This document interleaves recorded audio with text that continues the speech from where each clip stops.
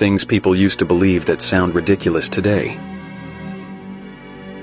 Bloodletting was once a common medical treatment. For centuries, people believed that removing bad blood could cure illnesses. Doctors and even barbers would cut patients or use leeches to drain blood, thinking it would restore health. But instead of helping, this often made people weaker and sometimes led to serious complications.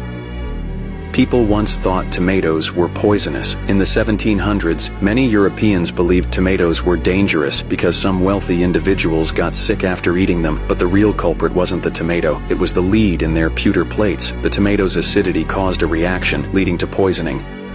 Fear of bathing in the Middle Ages. In the past, some people believed that frequent bathing could make them sick by exposing their bodies to disease. As a result, many avoided washing for long periods. Today, this belief seems strange, but back then, it was widely accepted. People believed garlic could prevent the plague. During the Black Death in the 1300s, people thought garlic necklaces and scented herbs could protect them from illness. Some even carried small bouquets to purify the air. In reality, the real cause was bacteria spread by fleas.